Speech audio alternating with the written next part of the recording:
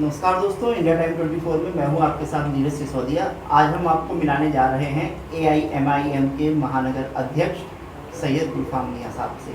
गुलफाम मियां साहब से हम जानेंगे कि इस बार उनकी पार्टी इन मुद्दों को लेकर चुनाव लड़ेगी और क्या वजह रही कि इस बार उत्तर प्रदेश में ओवैसी साहब पूरे 100 सीटों पर चुनाव लड़ने की तैयारी कर रहे हैं। सैयद साहब, इंडिया टाइम 24 में आपका बहुत बहुत स्वागत है।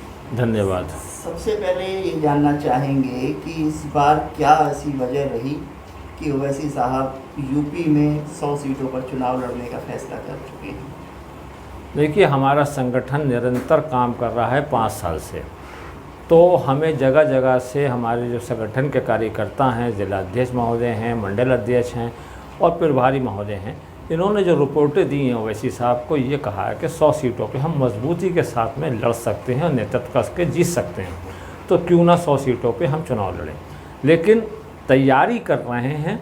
बाकी गठबंधन जिससे राजभर साहब से और अन्य पार्टियों से हमारा हो रहा है, बाद में हमारे प्रदेश अध्यक्ष और राष्ट्रीय अध्यक्ष मिलकर जितनी सीटें पे बताएंगे उस सीटों पे हम चुनाव लड़ेंगे।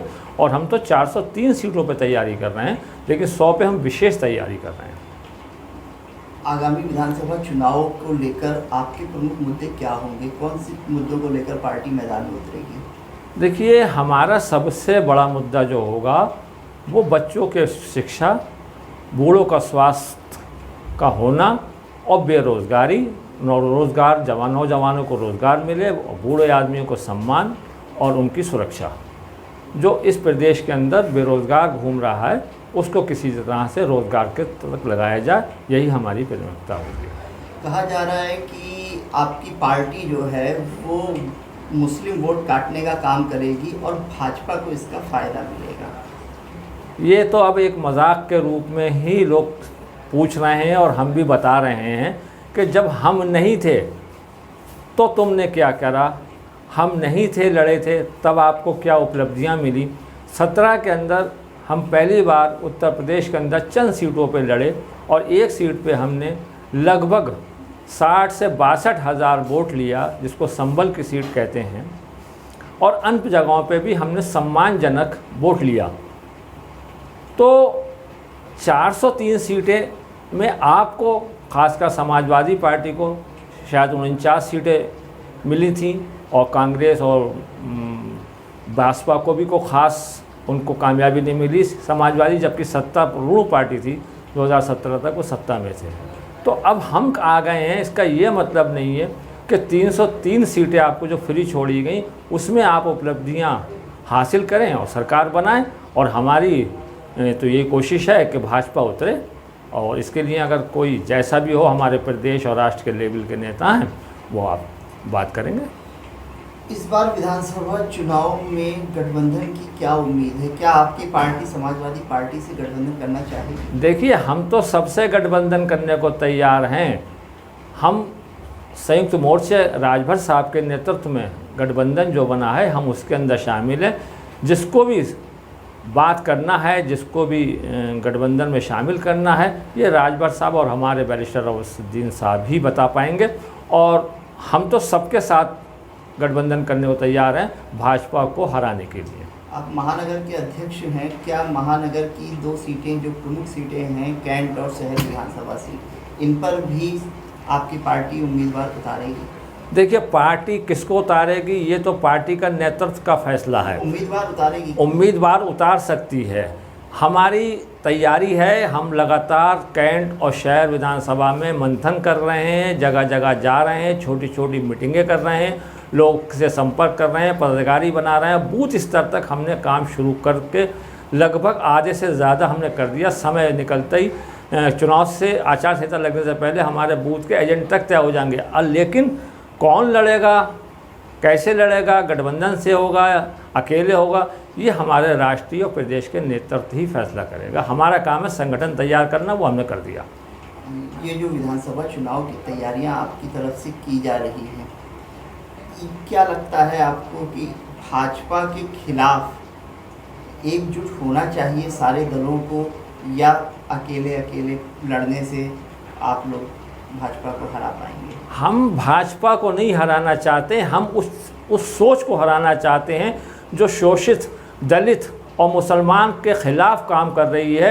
हम उसको हराना चाहते हैं जिन्होंने रोज़गार के नाम पे बेरोज़गारी पैदा कर दी, जिन्होंने सैकड़ों लोगों को कोरोना में मरने दिया, जिनकी लाशें और शमशान से लेकर कब्रिस्तान तक लाशों का अंबार लग गया, और सरकार इतनी उस पर कोई काम नहीं कर सकी। सही से सिलेंडर नहीं मिल सका, सही से गैस नहीं मिल सकी, सही से दवाई नहीं मिल सकी, और उसके साथ अन्याय हुआ, भूखों को रोटी नहीं मिल सकी। अगर एनजीओ और समाज सेवी लोग नहीं होते तो सैकड़ों लोग भूख से भी मरते।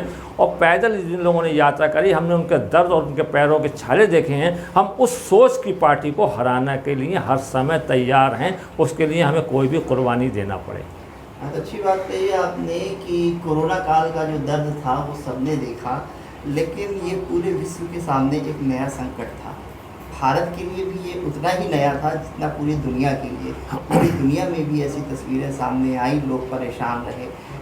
हमारे यहाँ प्रधानमंत्री जी ने भी कहा, योगी जी ने भी कहा, मुख्यमंत्री जी ने, कि हमने सबसे बेहतर काम किया है। पूरे देश में योगी जी की सराहना हुई है इसको लेकर। आपदा आना एक अलग चीज़ है, आपदा से निपटना एक अलग चीज़ है।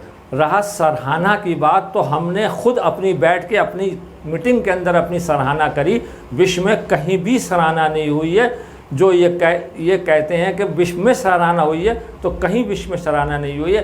एक पार्टी का एमपी विदेश का जो मुखालिफ पार्टी का था, उसने खाली तंज के लिहाज में कहा था कि योगी जी ने बहुत अच्छा काम करा, लेकिन वो उसने तंज करा था कि गंगा में लाशें बह रही थी, कब्रिस्तान में जगह नहीं थी, रेत से और कुत्ते लाशों को खींच रहे थे। वो तंज था। अब तंज को आप अपनी उपलब्धि मानते हैं तो मानते रहिए, जनता ने सब कुछ देखा है।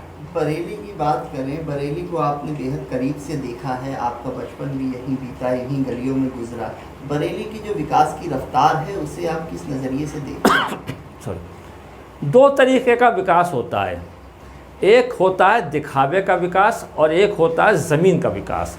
बरेली शहर के अंदर दिखावे का विकास जो है वो 80% हो रहा है। जैसे मेन रोड होते हैं उनको सुधारा जाता है, उन पे पोस्ट लैंप लगाए जाते हैं, उन पे सीसीटीवी कैमरे लगाए जाते हैं, उनको बहुत अच्छा करा जाता है कि जो लोग रोड से निकले तो कहें बरेली बहुत सुंदर है। लेकिन जब बरेली की गलियों के अंदर आदमी पहुँचता है तो नालियों से लेके, सड़क से लेके, सीवर से लेके, पानी से लेके सारी चीज़ें, व्यवस्था गाँवों से ज़्यादा बदतर हैं इस बरेली की स्मार्ट सिटी की।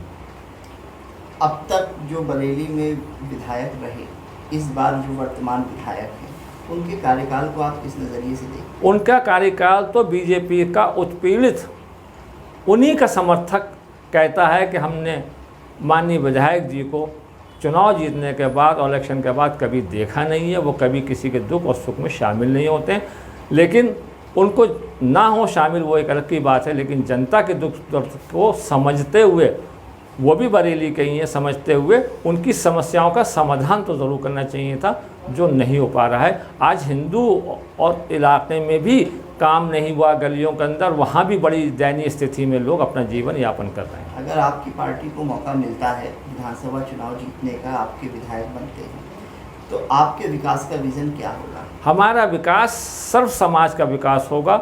ना जात देखी जाएगी, ना धर्म देखा जाएगा, ना मोहल्ला देखा जाएगा, ना हमें वोट जहाँ से मिले वो जगह और जहाँ से ज़्यादा मिले वो जगह।